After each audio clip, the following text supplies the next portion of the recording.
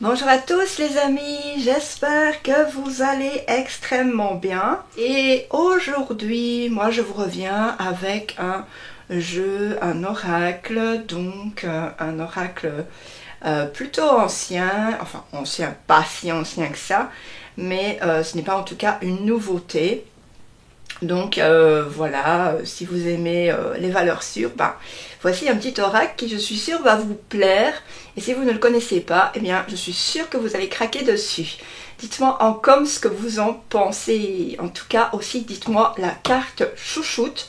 Je veux en dessous de la vidéo les petits commentaires, carte chouchoute telle, carte chouchoute.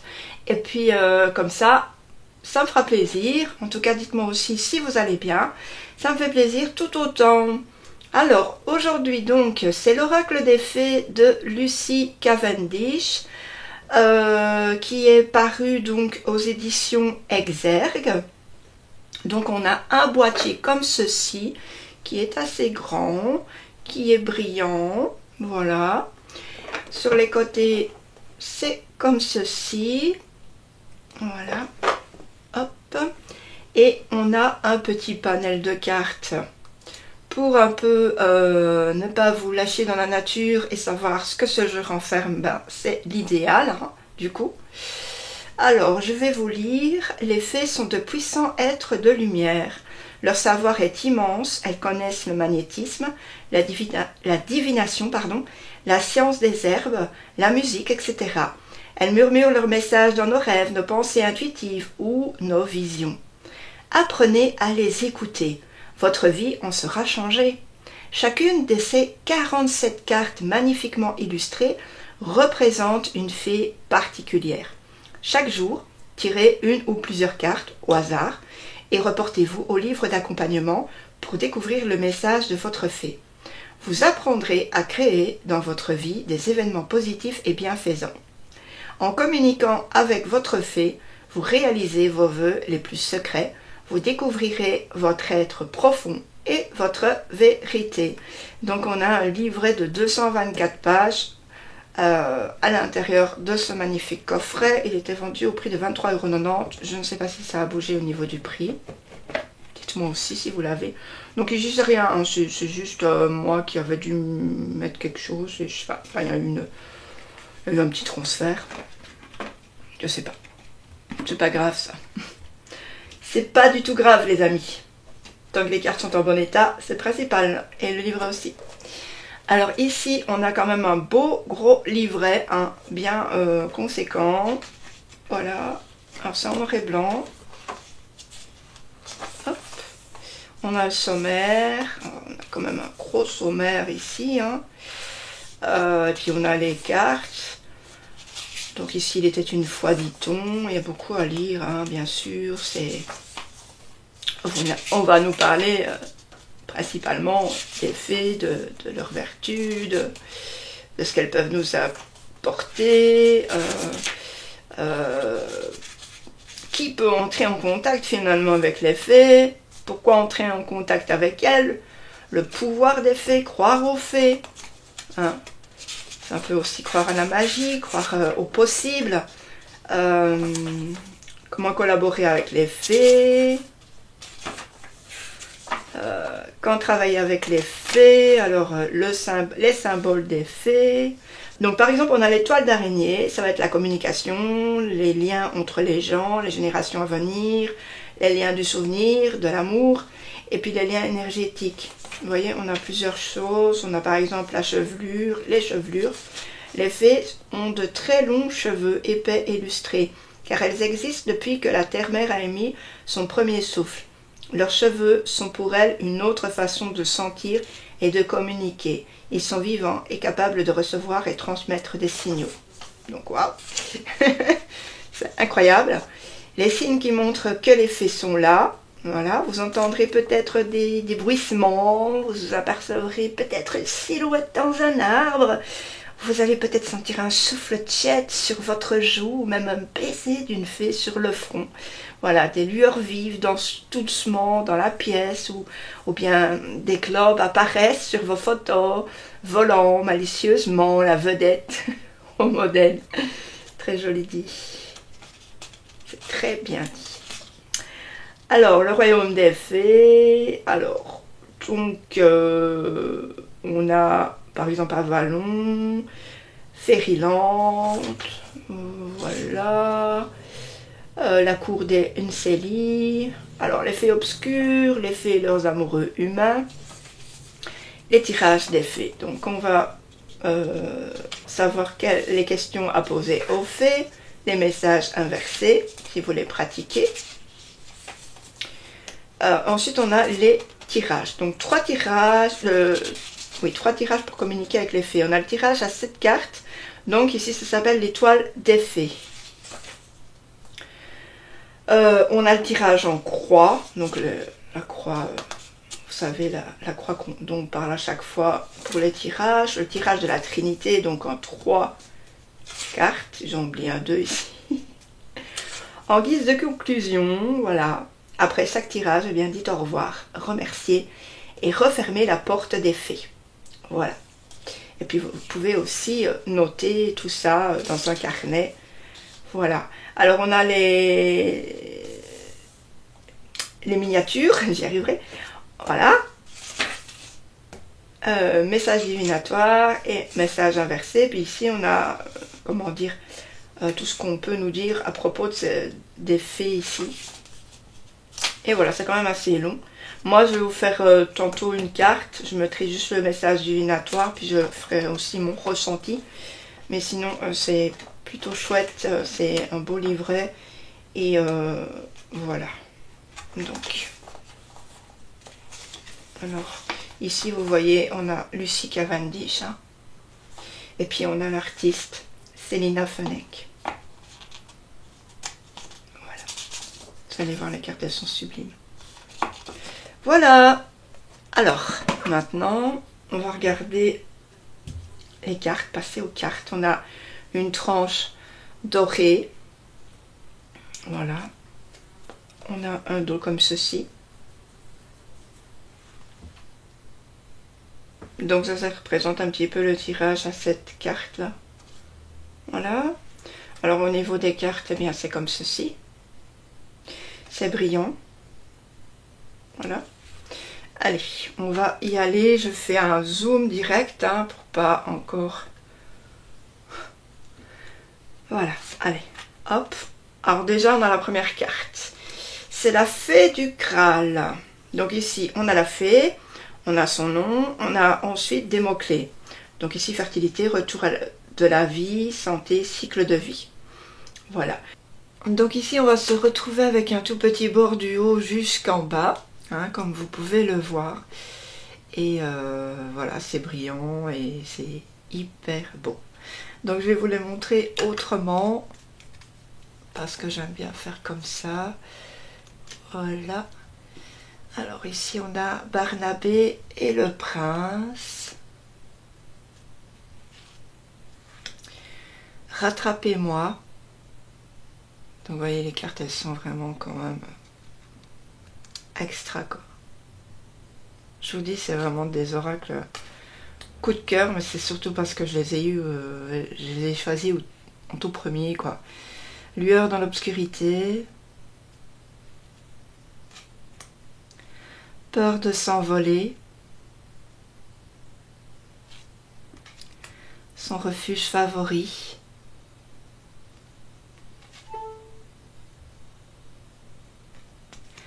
Prince de minuit.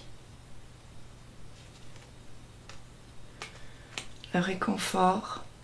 La princesse du voile. Alors pour la petite histoire, c'est ma deuxième partie de la vidéo parce que hier j'avais débuté et puis après j'ai eu la visite de ma mère, donc du coup j'ai plus eu le temps et puis après les voisins ont mis de la musique, donc c'était pas du tout possible. Donc aujourd'hui je fais la deuxième partie. Le cadeau, l'enfant de la lune,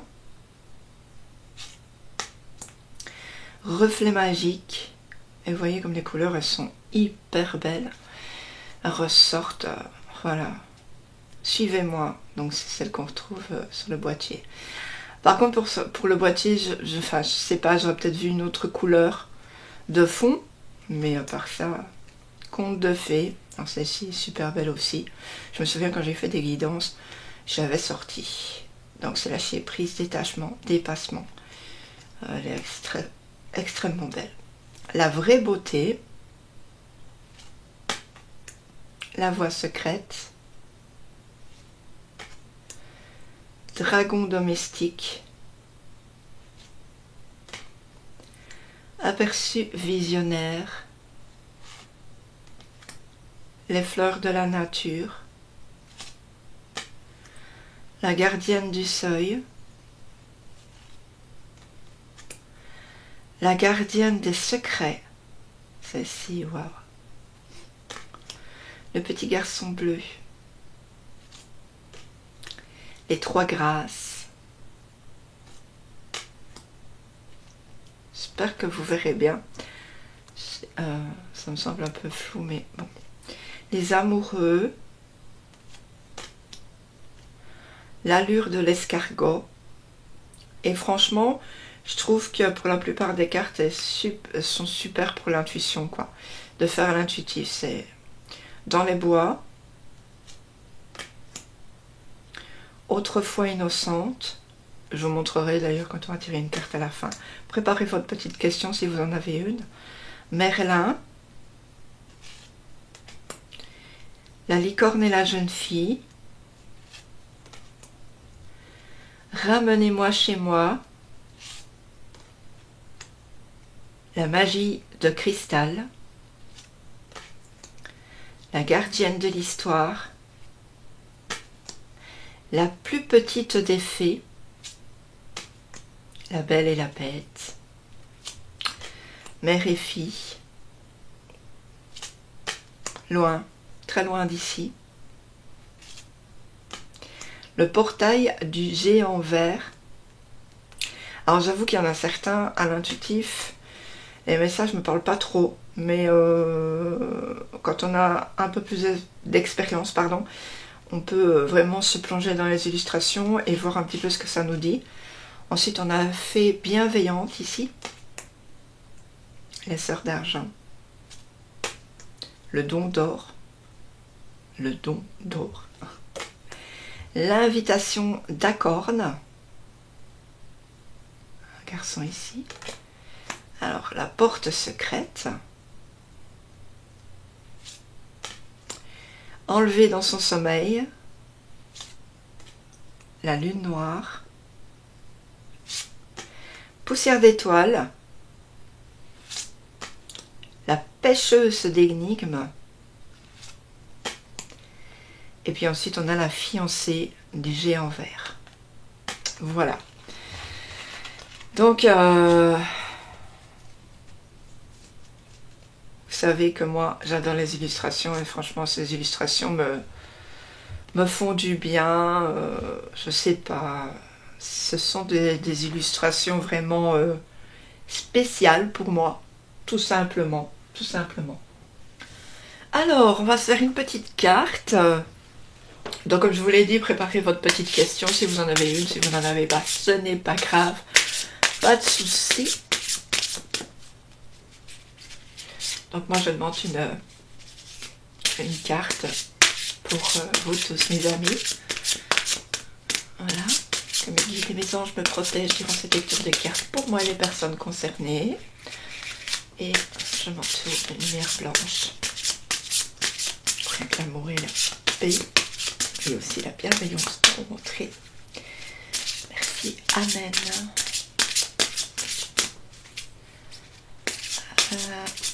En tout cas ici en Belgique, pas de mon côté du moins, dans les autres côtés ça n'a pas été tout rose je pense.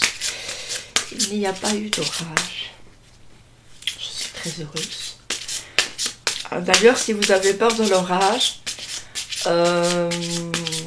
vous pouvez prendre une statue ou prier Saint-Donat. Donc c'est pour être protégé de l'orage. Voilà.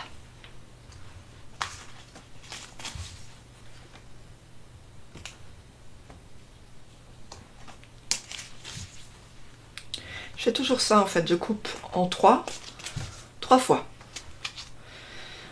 Je vais juste les zoomer pour que vous voyez bien qu'elles sont étendues. Et puis en plus elles s'étalent bien. Étendues, plutôt étalées. Allez, je vais prendre celle-ci, là. Hop.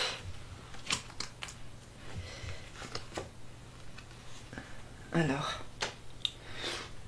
ici on a la peur de s'envoler. Alors qu'est-ce qu'on voit? On voit ce personnage qui est monté sur un arbre dénudé de feuilles. Les feuilles sont tombées. Ça doit être, voilà, c'est l'automne certainement. Enfin, entre l'automne et l'hiver. Cette jeune fille est montée tout au-dessus. Elle doit s'envoler, mais apparemment elle se retient. Elle a peur de quelque chose. Elle regarde quelque chose. Ses yeux sont en direction de quelque chose, en tous les cas. Alors, on nous parle le bon moment, pressentiment de l'instant juste. En fait, elle veille un petit peu, elle est en train de guetter, voir si le vent ne va pas tourner, s'il n'y a pas quelqu'un qui arrive, qui est mauvais, ce genre de choses. Alors moi, qu'est-ce que j'en pense? Eh bien, c'est que par rapport à ce que vous avez posé comme question, ben, qu'il faut attendre, hein, tout simplement. Il faut attendre. Mais en tout cas, c'est pas encore le bon moment. Vous n'êtes pas encore prêt à vous lancer vers la personne ou dans le projet vers lequel vous voulez aller, en fait. Il vous faut encore de la maturité. Il vous faut encore peut-être des formations. Il vous faut encore peut-être au niveau sentimental de l'assurance. Par rapport à vous, par rapport à l'autre, de la confiance aussi par rapport à l'autre, voir si cette personne vous dit bien la vérité, voir si cette personne est sincère, d'accord? En tout cas, vous avez vraiment en vous cette partie qui vous dit, voilà, je me lance pas tout de suite, en tout cas. C'est pas le bon moment pour l'instant, mais en tout cas, si vous ne l'avez pas, ben, on vous le dit. C'est pas le bon moment pour l'instant, donc prenez un peu de recul sur vous-même, d'accord? Laissez-vous quelque temps, je sais pas, aller un week-end ou une semaine quelque part, pardon, où vous vous sentez bien. Et voilà, vous aurez peut-être des avis, vous aurez peut-être des personnes avec qui parler, qui vont vous aiguiller, qui vont vous conforter justement dans cette espèce de pressentiment que vous avez, qui pour vous n'est pas si bienveillant que ça. Donc du coup, on va creuser plus profondément pour ne pas se casser la figure une fois qu'on sera dans l'histoire, quoi. Voilà, tout simplement. J'espère que ça vous a plu, en tout cas, cette petite carte. Oui, c'est vrai, on devait regarder le message divinatoire. J'ai oublié. Mais moi, je regarde tellement plus les messages que, du coup, j'ai complètement oublié. Allez, on va regarder pour voir un petit peu, du coup, ce que ça nous dit.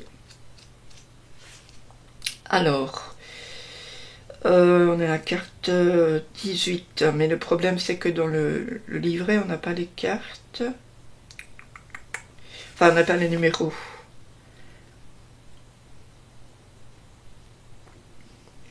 Donc vous cherchez, ça c'est un peu embêtant. Peur, on va dans les P, et c'est pas dans l'ordre alphabétique non plus. C'est pas grave, on va trouver. Ah, voilà, j'ai trouvé, après 10 ans. Donc alors, peur de s'envoler, par contre on a la page, bon, c'est bien, 110. Mais je trouve ça un peu bête parce que il y a les chiffres, mais il n'y a pas les chiffres dans le sommaire. À part ça, c'est pas non plus... Bon.